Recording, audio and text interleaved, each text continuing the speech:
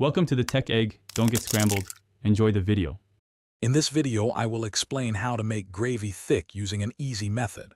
Start by melting 2 tablespoons of butter or pan drippings in a saucepan over medium heat. Once melted, whisk in 2 tablespoons of all-purpose flour. Cook this mixture, stirring constantly, for about 1 to 2 minutes until it forms a pale golden paste. This creates a roux, the foundation for a perfectly thickened gravy. Now slowly pour in 2 cups of cold broth or milk, a little at a time, while continuously whisking.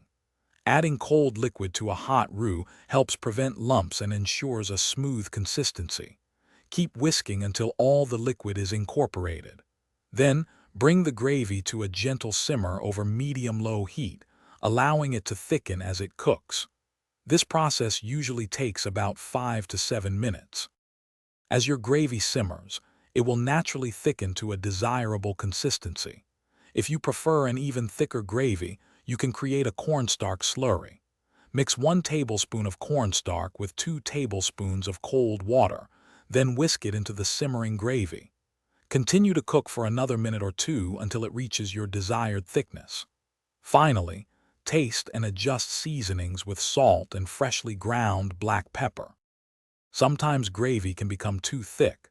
Simply whisk in a tablespoon or 2 of warm broth or water until it reaches your preferred consistency.